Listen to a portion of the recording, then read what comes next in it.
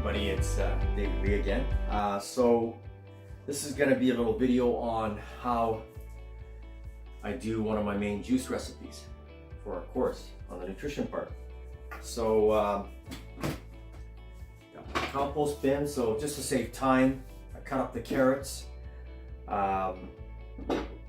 and my organic kale, got it ready to go. Got my one apple cut in half, got some ginger left, and got half a beet left in the fridge. Okay, so just gonna show you how this works. And also I have my 32-ounce mason jar that I keep my juice in the fridge. I find these work the best because they keep it airtight and they keep it fresh. Glass containers seem to keep the juice fresher longer, okay? So now I already did a batch of juice earlier, so that's why the juicer is dirty. But it was just a few minutes ago. So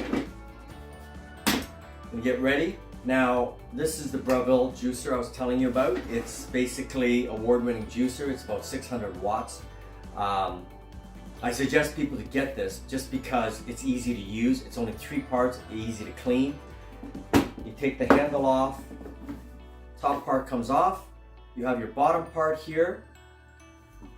Okay, 2 pieces. You've got your round blade, okay, that sits on top of the motor. You've got your pulp container, which I put my compost bag in. So I just throw out the compost bag and you don't have to clean that.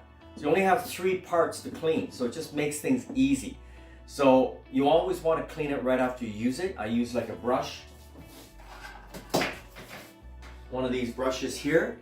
You can literally clean it in, 5 minutes instead of 30 minutes, okay?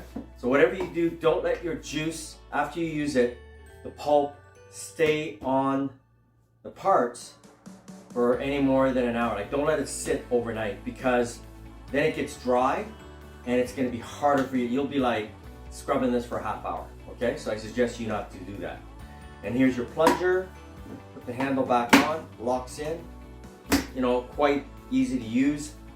You've got a low and a high setting. Now I'm gonna go high because I want it to zip through this fast. And so you probably won't be able to hear me that well. So I'm not gonna be talking for about a minute, okay? So the whole idea is you push all your smaller vegetables in chunks with the carrot, right? You don't wanna get your fingers in there. The kale, I'm gonna just bunch it up. When you do leaves like romaine lettuce, spinach, you just bunch it up into a ball and then you push it through with the carrot. Same with the ginger, same with the apple, okay? Because sometimes things get stuck if you can't push it through. The kale.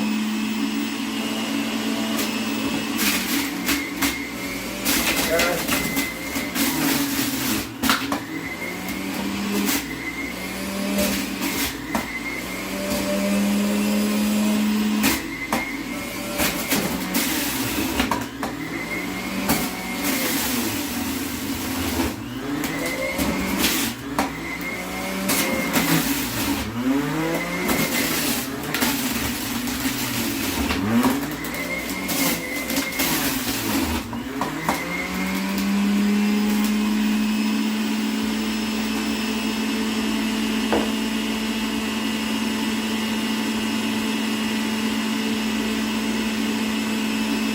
I run it for a little bit so that the last bit of drippings, go into the container.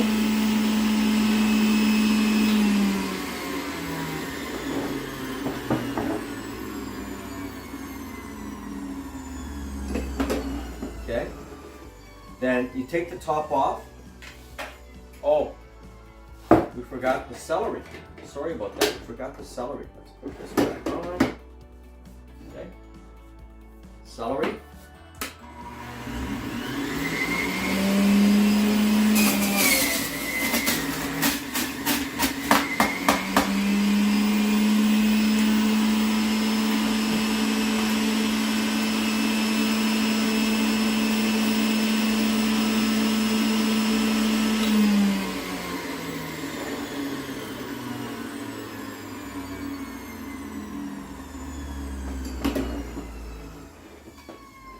Forgot that.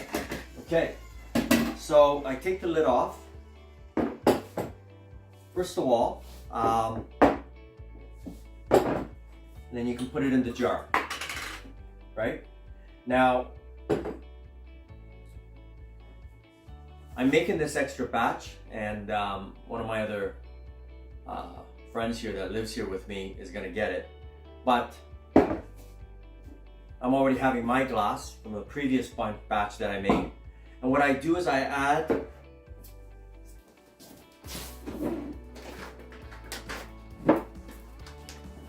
half a teaspoon of chlorella and a half a teaspoon of Vitagreens from Isagenix. Now, you don't have to have this so much, but the chlorella, I strongly recommend you get it at nuts.com. This is the one that I talk about. Chlorella, gets rid of heavy metals. It's got 60 different nutrients. It's a protein source. It's an algae. It's full of iron. I mean, it just has so many properties. And they even use this for anti-cancer, right, purposes. So what I do is I pour the juice in like this, and then I add a half a teaspoon of the powder, right? As you can see, it's very fine, dark powder. Okay, very fine, right? And the Vitagreens, and I just add half a teaspoon, and then I stir it with a small fork, 20-30 times, and it just mixes into the juice, okay? Now, one of the things I was gonna say, with my juices, I take my teaspoon of baking soda with my juice. I chase it down with the juice. I already did it, so I'm not gonna do it again. I do this once a day, right? Now, even if I don't have juice for the day, I will just still take a teaspoon of this and chase it down with water. Now, it's kind of, some people are gonna find that hard.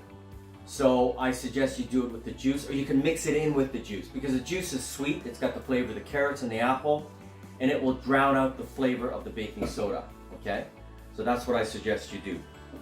So that's, right, you've got the jar,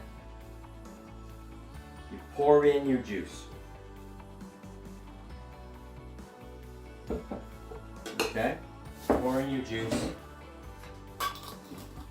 Make sure it's sealed with the lid, and now you can put it in the fridge. All right, so hope that was helpful, and hope you get juicing. Take care.